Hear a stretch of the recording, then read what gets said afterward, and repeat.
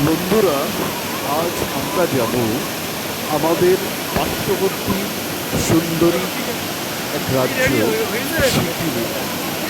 আপনারা দেখতে পাচ্ছেন সিকিমের রমলের কাছে এক অপূর্ব সুন্দর ঝর্ণা।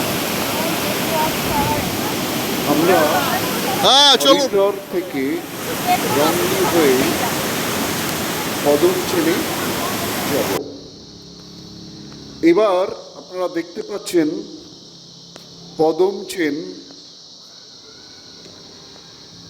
অপূর্ব সৌন্দর্যমণ্ডিত এই পদমচেন। অসংখ্য শৈলশিরা সামনে, পাহাড়ের কোলে গুরুং হোমস্টেতে আমরা আছি। আমাদের হোমস্টেটা যেন পাহাড়ের গায়ে ঝুলন্ত।